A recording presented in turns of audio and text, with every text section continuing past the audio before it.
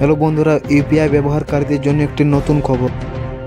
2024 নতুন বছরে কি কি চেঞ্জ এসেছে সেটা এই ভিডিওতে আজকে আমরা জানব।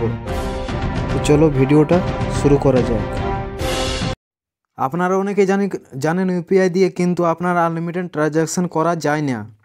ইউপিআই দিয়ে ট্রানজ্যাকশন করার একটা সর্বাধিক লিমিট থাকে এবং সেই লিমিট অতিক্রম করে গেলে আপনাকে কিন্তু লেনদেন ক্যান্সেল করতে হয়। এই সর্বাধিক এতদিন পর্যন্ত ছিল 1,00,000 টাকা। নতুন বছর থেকে এই ঊর্ধ্বসীমা বাড়িয়ে 5,00,000 টাকা করার সিদ্ধান্ত নিয়েছে reserve bank of India. 8 December reserve bank of India শিক্ষা এবং স্বাস্থ্য পরিষেবা ক্ষেত্রে পেমেন্টের জন্য ইউপিআই এর লেনদেনের সীমা বাড়িয়ে 5,00,000 টাকা করার সিদ্ধান্ত নিয়েছে। এর ফলে এবার থেকে আরও বেশি টাকা ট্রানজ্যাকশন করতে পারবেন আপনারা ইউপিআই এর মাধ্যমে। এছাড়া আরও বেশ কিছু নতুন নিয়ম চালু হয়েছে ইউপিআই নিয়ে। এখন থেকে বিভিন্ন নিষ্ক্রিয় ইউপিআই আইডি ব্লক করে দেওয়া হচ্ছে বিভিন্ন পেমেন্ট কর্পোরেশনের তরফ থেকে। পেটিএম, গুগল পে, ফোনপে এবং ব্যাংকের মধ্যে বিভিন্ন প্রতিষ্ঠান তাদের নিষ্ক্রিয় ইউপিআই আইডি করছে, যেগুলি 1 বছর বেশি সময় ধরে বন্ধ ছিল। এগুলিকে পুরোপুরিভাবে বন্ধ করার সিদ্ধান্ত নিয়েছে। ইউপিআই আইডি এবং লিঙ্ক করা মোবাইল নম্বর দুটোকেই ক্লোজ করে দিচ্ছে এই ধরনের সংস্থা। মূলত এই ধরনের আইডি অব্যবহৃত রুখতে এই ব্যবস্থা নিয়েছে সংস্থাগুলি।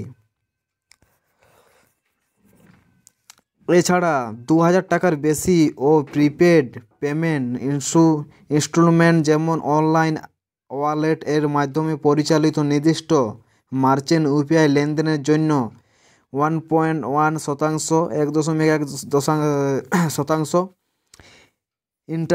ইন্টারেস্ট ফি দিতে হবে। এর পাশাপাশি 2,000 টাকার বেশি প্রথম পেমেন্টের জন্য 4 ঘন্টা সময়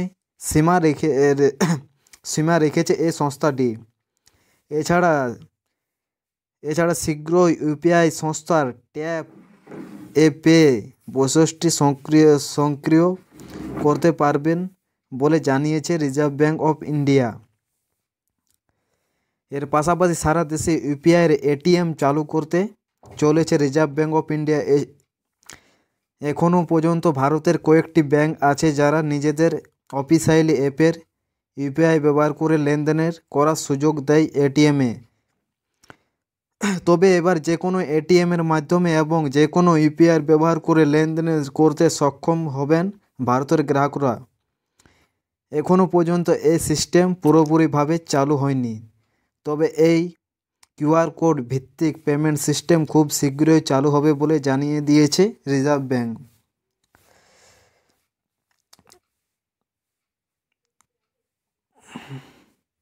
ভিডিওটি ভালো লেগে থাকলে লাইক করবেন, শেয়ার করবেন, কমেন্ট করবেন। কোনো প্রশ্ন থাকলে কমেন্টে জানাবেন। ধন্যবাদ।